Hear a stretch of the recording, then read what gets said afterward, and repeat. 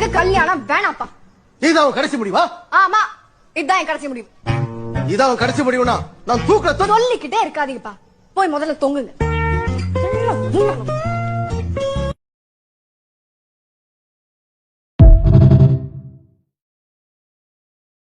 எனக்கு கல்யாணம் வேணாப்பா.